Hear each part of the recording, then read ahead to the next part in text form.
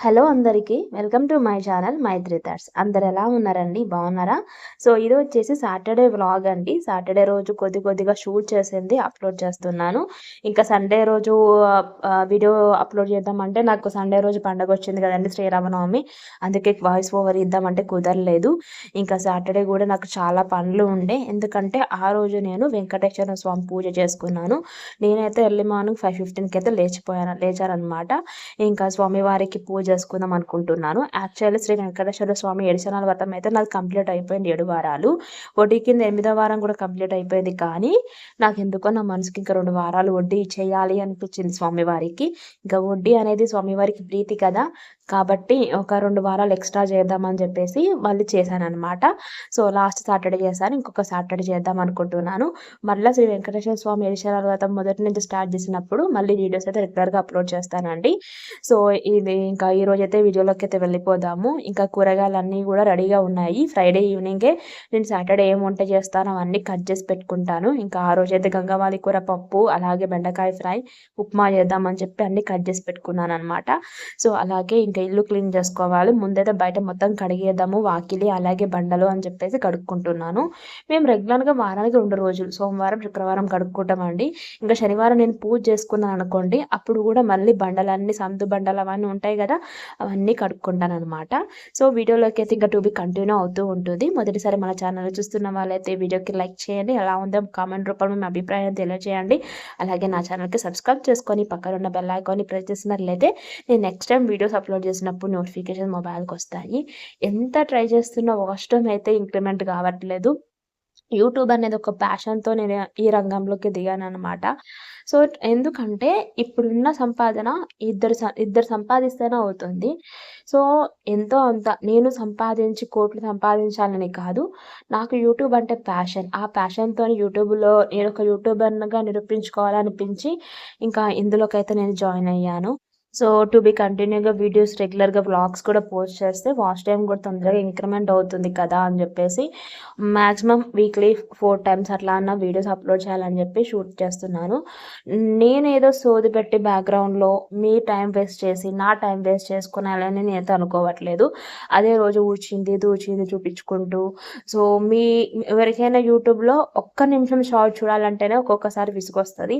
అలాంటిది prolong videos, vlogs చూడాలంటే అందరికి ఇష్టం ఉండొచ్చు, ఉండకపోవచ్చు. మేబీ 1,00,000 ప్లస్, 1M ప్లస్ ఉన్న వాళ్ళు కనెక్ట్ అయిపోతాం మనం కొంతమంది యూట్యూబర్స్‌కి, కొంతమంది ఛానల్స్‌కి. వాళ్ళు ఎప్పుడెప్పుడు వ్లాగ్ పెడతారా, ఆ వ్లాగ్ చూడాలి అని చెప్పేసి మనకి ఇంట్రెస్ట్ ఉంటూ ఉంటుంది. కానీ ఇట్లా స్టార్టింగ్‌గా ఉన్న వాళ్ళకి చాలా కష్టమైపోతుంది. యూట్యూబ్ వాళ్ళే ఏదో ఒక వీడియోని లేపుతారనమాట. అంటే ఒక వీడియోని మొత్తం పబ్లిసిటీ ఎక్కువ చేస్తారు. ఆ వీడియో లేదా ఆ షార్ట్‌తోని ప్రమోట్ ఎక్కువైపోతాం మనము. అలా సబ్స్క్రైబర్స్ ఎక్కువైపోతారు. సో, మన ఛానల్‌కి గూడా కొంచెం చూస్తూ ఉంటారు. అడాప్ట్ కావడానికి ట్రై చేస్తూ ఉంటారు. కానీ అదంతా రావాలి అంటే బై గాడ్ గ్రేస్ ఉండాలి. దీన్ని బట్టి నేను ఒక్కటే చెప్తాను. చిన్నప్పటి నుంచి కూడా మనం ఎంత చదువుకున్నది ఇంపార్టెంట్ కాదు. గవర్నమెంట్ జాబ్ రావాలి అంటే మనం 100% ఎఫర్ట్ పెట్టడం కాదు. 100% ఎఫర్ట్ పెట్టినా, 99.99% ఎఫర్ట్ పెట్టినా, మిగతా 1% అదృష్టం లేకపోతే గవర్నమెంట్ జాబు రాదు అన్నట్టుగా మనం ఎంత ప్రయత్నించినా రావాల్సిన టైంకే మనకు రికగ్నైజ్ అనేది వస్తుంది. దీన్ని ఎంతమంది అగ్రీ చేస్తారో కామెంట్ చేయండి. ఇంకా నేనైతే చిన్న చిన్న వీడియోస్ నాకు తోచింది పెడుతున్నాను. సో, రెగ్యులర్‌గా చూస్తున్న వాళ్ళైతే ఎలా ఉన్నాయో కామెంట్ రూపంలో మీ అభిప్రాయం తెలియజేయండి. సో, నేను కిచెన్ క్లీన్ చేసి పట్టి దగ్గర 10 డేస్ అయిపోయింది. ఇంకా కిచెన్ కంప్లీట్ కావట్లేదు. ఇంకా ఈ రోజు కూడా ఇంకొక షెల్ఫ్ తూడ్చుకుంటున్నాను. నేను కిచెన్ క్లీనింగ్‌కి యూజ్ చేసేది పేపర్స్‌ని గానీ, వాటర్ ప్రూఫ్ కవర్స్‌ని గానీ యూజ్ చేయనండి. ఇలా బెడ్‌షీట్స్ ఉంటాయి కదా, పాత బెడ్‌షీట్స్ అవసరం లేనివి, వాటిని షెల్ఫ్‌కి సరిపడా చింపేసి ఇంకా వేస్తాను. ఎందుకంటే మనం రెగ్యులర్‌గా కిచెన్‌లో ఆయిల్ గానీ, వాటర్ గానీ, ఇలాంటి పొడులు గానీ, పప్పులు గానీ పడ్డప్పుడు మనకు అది ఈజీగా వాష్ చేసుకొని మళ్ళీ వేసుకోవడానికి అవైలబుల్‌గా ఉంటుందని చెప్పి నేను ఇలా చేస్తున్నాననమాట. అండ్ ఫైనల్లీ ఇంకా ఇల్లు క్లీన్ చేసేసుకోవాలి. ఆ తర్వాత దీపారాధన చేసుకోవాలి అండ్ గుడికి వెళ్ళాలి. ఈరోజైతే ఒక చిన్న టాపిక్ మీతో డిస్కస్ చేస్తాను. సో, టాపిక్ వచ్చేసి ఏంటంటే ఈ వీడియో చిన్నపిల్లలు చూసినా, పెద్దవాళ్ళు చూసినా, లేకపోతే హౌస్ వైఫ్స్ చూసినా వాళ్ళకి ఇలాంటివి ఎక్కడైనా తగిలిందో చెప్పండి. ఎంతమంది వాళ్ళ మీ మీ పేరెంట్స్ సమ్మర్ హాలిడేస్ వస్తే అట్లా ఖాళీగా అంటే ఇంట్లో కూర్చొనివ్వకుండా ఏదైనా కంప్యూటర్ క్లాస్‌కి వెళ్ళు, లేదా ఏదన్నా ఇన్‌స్టిట్యూట్‌కి వెళ్ళు, ఏదన్నా టైపింగ్ నేర్చుకో, లేకపోతే ఏదైనా డాన్స్ లేదా ఏదైనా భరతనాట్యము, లేకపోతే ఏదైనా ఆహ్, సంగీతం నేర్చుకో, కరాటే నేర్చుకో, గేమ్స్ నేర్చుకో అని చెప్పేసి ఎంతమంది మీలో పేరెంట్స్ సమ్మర్ హాలిడేస్ రాగానే మిమ్మల్ని ఫోర్స్ చేసేవాళ్ళో కామెంట్ చేయండి. సో, ఎందుకంటున్నానంటే సమ్మర్ హాలిడేస్ రాగానే మా ఫాదర్ అయితే ఇంట్లో ఎప్పుడు ఖాళీగా కూర్చోబెట్టకపోయేదండి. అలా కూర్చుంటే ఈ 1 ½ మంత్ మొత్తం గూడా మీ బ్రెయిన్ అంతా మొద్దుబారిపోతది.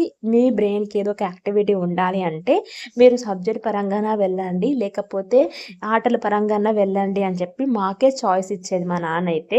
ఇంక మాకైతే మా నాన్న ప్రకారంగా మేము సబ్జెక్ట్ పరంగానే వెళ్ళేవాళ్ళం. సమ్మర్ హాలిడేస్ వస్తే ఖచ్చితంగా కంప్యూటర్ కోచింగ్ క్లాస్‌కో, లేకపోతే టైప్ ఇన్‌స్టిట్యూట్‌కో వెళ్ళేవాళ్ళమనమాట. ఆ 1 ½ మంత్ మొత్తంలో అట్‌లీస్ట్ ఒక 1 మంత్ అన్నా మేము కోచింగ్‌కి వెళ్ళేవాళ్ళము. నేను గాని, మా సిస్టర్ గాని ఎప్పుడు గూడా ఖాళీగా కూర్చొనివ్వకపోయేది మా నాన్న. అలాగే ఈవెన్ మా పిల్లలకి కూడా మా నాన్న చెప్పేదేంటంటే, "అలా ఖాళీగా ఉండకండమ్మా, ఇంక ఇప్పుడైతే ఇంకా చాలా యాక్టివిటీ వచ్చాయి గదా! సమ్మర్ క్యాంప్స్ అని, ఆ తర్వాత సమ్మర్ క్యాంపు వేరే స్టేట్‌కి తీసుకెళ్ళడం గానీ, ఇంకా లేకపోతే వేరే లొకేషన్‌కి తీసుకెళ్ళడం గానీ జరుగుతున్నాయి గదా! సో, మీరు గూడా మీ పిల్లలకి డాన్స్ నేర్పించండి, లేకపోతే సంగీతం నేర్పించండి. పిల్లల్ని మాత్రము ఆ 1 ½ మంత్ ఇట్లా గాలికి వదిలేయకండి. అలా ఉంటే వాళ్ళు ఆ ఫోన్‌లకి, ఆ టీవీలకి అడిక్ట్ అయిపోయి వాళ్ళకి ఇంకా మొత్తము క్లాసెస్ వచ్చేసి ఇంకా ఫోన్‌లకి అడిక్ట్ అయిపోయి ఇంకా అవే చూసుకుంటూ కూర్చుంటారు అని చెప్పేసి మా నాన్న సజెస్ట్ చేసేదనమాట. సో, అది నాకు ఇప్పుడు మా పిల్లలకి అదే చెప్తూ ఉంటాం మేము గూడా. సో, సమ్మర్ హాలిడేస్ రాగానే ఆడుకునే టైం వాళ్ళకి ఆడుకోనివ్వాలి. రోజంతా వాళ్ళు స్కూల్ ఉన్నప్పుడు ఎట్లాగో మార్నింగ్ లేస్తారు కాబట్టి మళ్ళీ వాళ్ళని ఎర్లీ మార్నింగ్ లేవమంటే అయితే లేవరు. కాబట్టి అట్‌లీస్ట్ ఈవినింగ్ సెక్షన్‌లో అయినా అట్‌లీస్ట్ మా పిల్లలకి డాన్సో, సంగీతం క్లాసెసో లేకపోతే వాళ్ళు ఇంకేదైనా యాక్టివిటీస్ పెయింటింగ్ గానీ అలాంటివేమైనా యాక్టివిటీస్ వాళ్ళకి నచ్చేవి ఉంటే ఖచ్చితంగా జాయిన్ చేయండి అని నేను మీకు సజెస్ట్ చేస్తున్నాను. సో, నిజంగానే మా ఫాదర్ అన్నట్టు సమ్మర్ హాలిడేస్ రాగానే పిల్లలతో పాటు తల్లిదండ్రులకు కూడా బద్ధకం అయిపోతూ ఉంటుంది.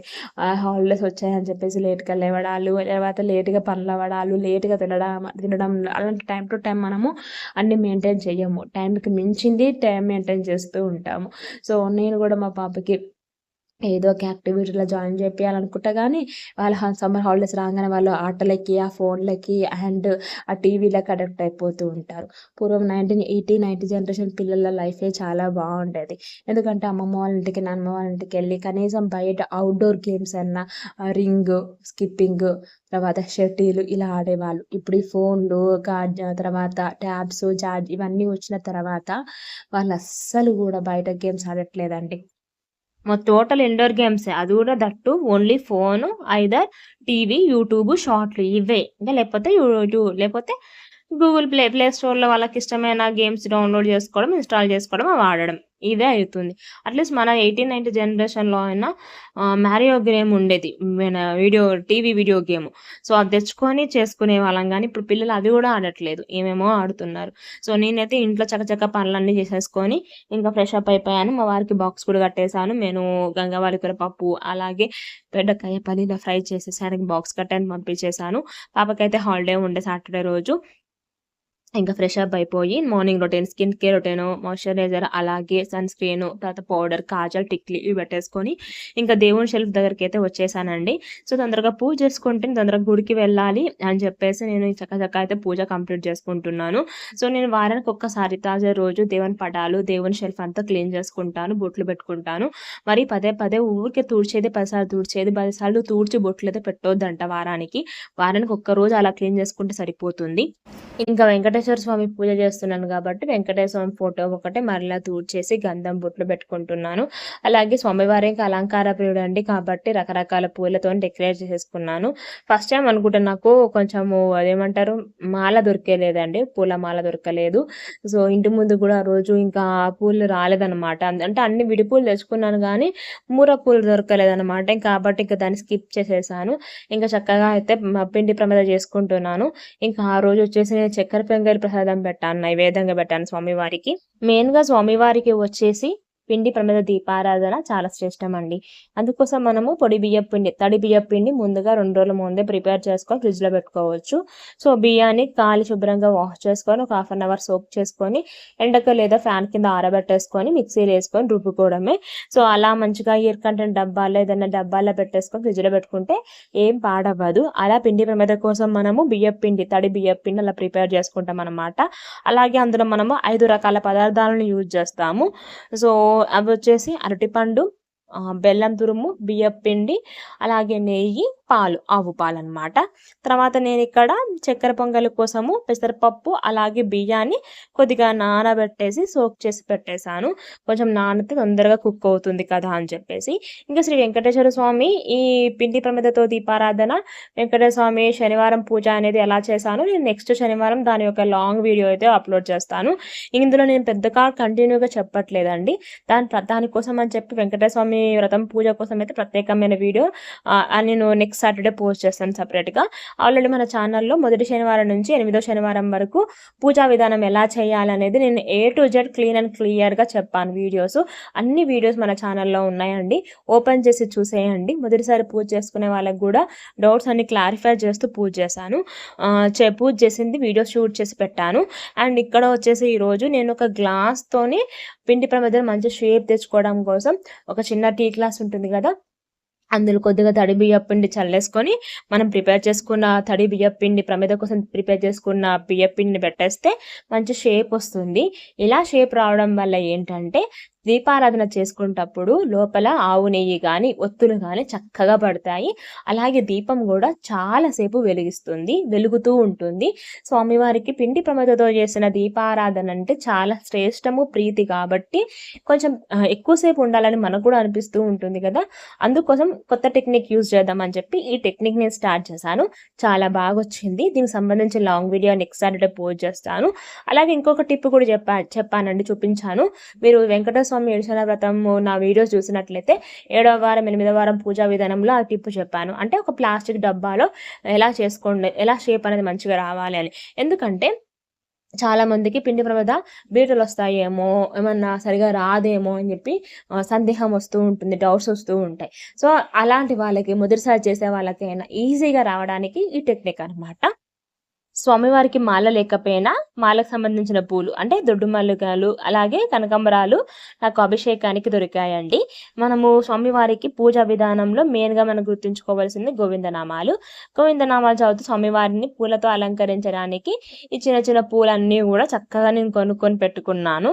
తర్వాత చక్కెర పొంగలి కోసం బియ్యాన్ని పెసరపప్పుని కలిపి ఉడికించుకున్నాను. ఆ తర్వాత అందులో మనం స్వీట్నెస్ కోసం బెల్లం యాడ్ చేస్తాం కదా, బెల్లము పాలలో డైరెక్ట్గా వేస్తే పగిలిపోతుందని చెప్పేసి మన తీపి దగ్గర బెల్లాన్ని కొద్దిగా వాటర్లో వేసుకొని కరిగించుకోవాలి. ఆ తర్వాత ఇప్పుడు ముడికిన బియ్యం పెసరపప్పు దాంట్లోకి మనము ఆవు పాలు అనేవి మనకు ఉంటాయి కదా పిండి ప్రమిద చేసుకోవడానికి, మిగిలిన పాలు ప్రసాదానికి యూజ్ చేసుకోవచ్చు. నేను దేవుని మందం అలాగే ఇంట్లో మందం కొద్దిగా ప్రసాదం అయ్యేంత క్వాంటిటీయే వేస్తాను, మరి హ్యూజ్ క్వాంటిటీలో చేయనండి. సో, పాలల్లో మరింత బియ్యం అనేది అన్నం అనేది ఉడుకుతూ ఉంటుంది చక్కెర పొంగలి కోసము. ఈ లోపల మనం బెల్లం పాకం పట్టుకోవాలంటే పాకంలో ఏం రానవసరం లేదు, జస్ట్ బెల్లం కరిగిన వాటర్ ఉంటే సరిపోతుంది. అవి యాడ్ చేసుకోవాలి. ఇలా వేయడం వల్ల పాలు పగిలిపోవు, విరిగిపోవు, ప్రసాదం చక్కగా వస్తుంది, మంచిగా వస్తుంది, నీట్గా వస్తుంది. తర్వాత మరో పక్కన ప్యాన్లో అయితే ప్రసాదానికి కావాల్సిన డ్రై ఫ్రూట్స్ని వేయించుకుంటాను నెయ్యి వేసుకొని. సో, నేను ఇక్కడ కాజు బాదం యూజ్ చేస్తున్నానండి. వీటిని కొంచెం దూరగా ఫ్రై చేసుకొని వీటిని కూడా ప్రసాదంలో యాడ్ చేసుకోవాలి. అంతేనండి, వెంకటేశ్వర స్వామి కోసము ఆ రోజు ప్రసాదం రెసిపీ చక్కెర పొంగలి చేశాను. నా స్టైల్లో ఇలానే చేస్తాను. ఎలా ఉందో కామెంట్ రూపంలో తెలియజేయండి. ఇంకా వెంకటేశ్వర స్వామి పూజ కోసము చేసి పెట్టుకున్న ప్రమిదలో ఆవు నెయ్యి వేసుకొని 8 ఒత్తులు వేసి పెట్టుకోవాలి. అలాగే మనం చేసుకున్న చక్కెర పొంగలి, చలిమిడి, పానకము, పండు, కొబ్బరికాయ అన్ని రెడీ చేసి పెట్టుకుంటే డెకరేషన్ అయిపోయింది, ప్రసాదాలు అయిపోయింది.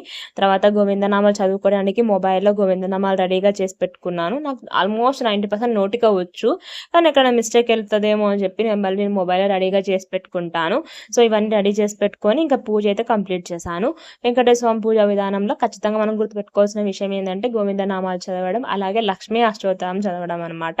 అవన్నీ కంప్లీట్ చేసేసుకుంటాను. అలాగే ఇలాంటి విశిష్టమైన పూజలు చేసిన రోజు తప్పకుండా తులసి కోట దగ్గర దీపారాధన చేసుకొని కడపలు కూడా శుభ్రంగా తూడ్చేసుకొని మళ్ళీ ముగ్గులు పెట్టుకుంటాను. కనీసం ఒక్క కడపైన మెయిన్ దర్వాజా కడపైన తుడుచుకొని ముగ్గులు పెట్టుకుంటాను అనమాట. ఒకసారి మనం పెట్టిన పిండి ప్రమిదలో దీపారాధన దీపం కొండెక్కిన తర్వాత అందులో నుంచి ఒత్తులు తీసుకొని పక్కన పెట్టుకోవాలి. అలాగే పిండి ప్రమిదలో కొంచెం పోర్షన్లో మనం ఇంట్లో ఎంతమంది ఉంటే అంతమంది ప్రసాదంగా స్వీకరించాలి. మన ఇంట్లో మనము, మన హస్బెండ్, పిల్లలు అందరూ కూడా. ఆ తర్వాత మిగతాది ఆవుకు, గోవులకు కానీ పక్షులకు కానీ ప్రసాదంగా పెట్టాలి.